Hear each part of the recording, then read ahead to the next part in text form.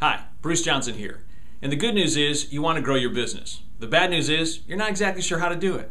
So what do? Well, like most business owners and entrepreneurs, you say, we need to come up with a plan. Good idea. The problem, of course, is that very few small businesses are really good at planning. In fact, 85% of small businesses are either plateaued or in decline.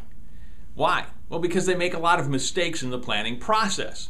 So to help you avoid making those mistakes, I want to share with you the 5 most common mistakes that businesses make when they begin the process of planning for growth for the coming year.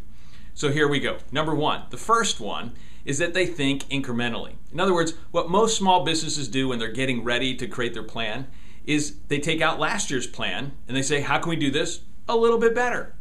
And that's a big problem because that's incremental thinking. How do we take what we've done and just do it a little bit better? And that usually leads either to a plateaued company or maybe a business that grows by 2 or 4 or 5%. But if you want to grow a rapid growth business, well, then you've got to come up with radically different ideas. And the worst place to start is with what we did last year. You want to come up with new strategic ideas, big ideas, bold ideas that might be completely different than anything you've done in the past.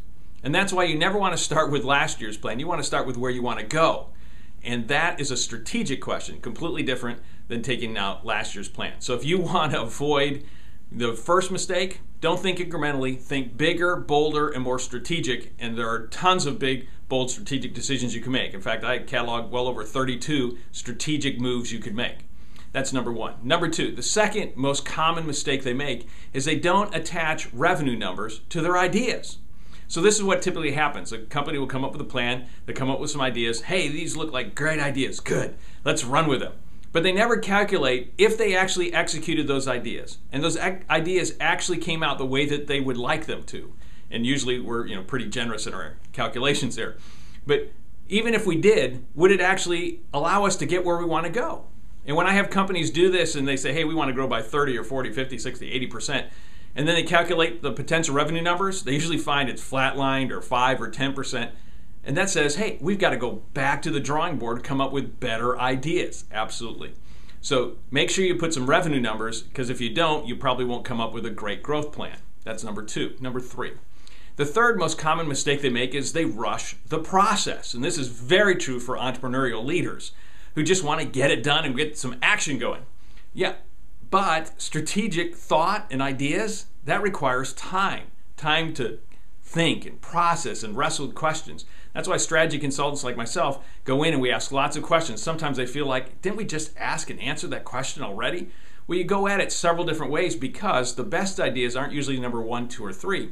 They might be number 27 or 52 or 39 or 71. We just don't know.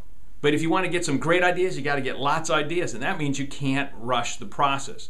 If you're rushing the process just so you can get it done, you probably won't have a great plan.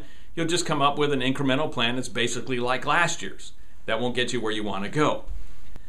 The fourth most common planning mistake I see that businesses are making is this, that they don't take the time to actually create the tactical plans to execute their strategy. Right? So they've done the strategic work, they've come up with some great ideas, that's good, but then they don't want to take the time to do the hard work of creating the tactical plans, the hows of how they're going to actually execute on the strategy.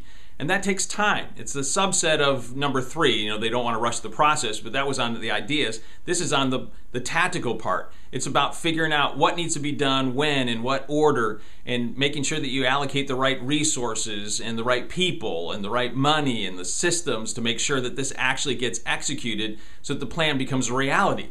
That takes time, and especially for a lot of entrepreneurial leaders, this is the part they don't like. Project management, yuck.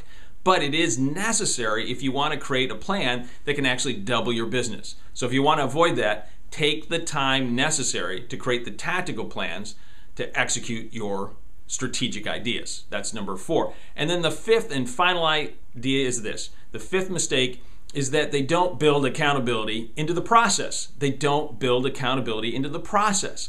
And what that means is that they'll come up with a plan, sounds like a great plan, and then nothing happens. In fact, when I frequently go into somebody's office and I'll say, well, did you create a strategic plan last year or a growth plan? And they'll say, oh yeah, we've got one of those around here somewhere. And then they start looking around their office and they go over and they find a binder, and then they pull the binder off the shelf, and then they open it up, and they've got 50 or 180 pages of stuff in there, and well, that's great, but they haven't looked at it since last November, and it's this November, right? That does them no good. So if you want to build a great plan that can actually accelerate the growth of your company, you have to build in some accountability. When are you going to go back? How frequently are you and your team going to be doing the evaluation? Put those dates on the calendar and make sure that you're holding each other accountable. Make sure that everybody has some skin in the game, so it's not just one person or two people's different responsibility to execute the plan.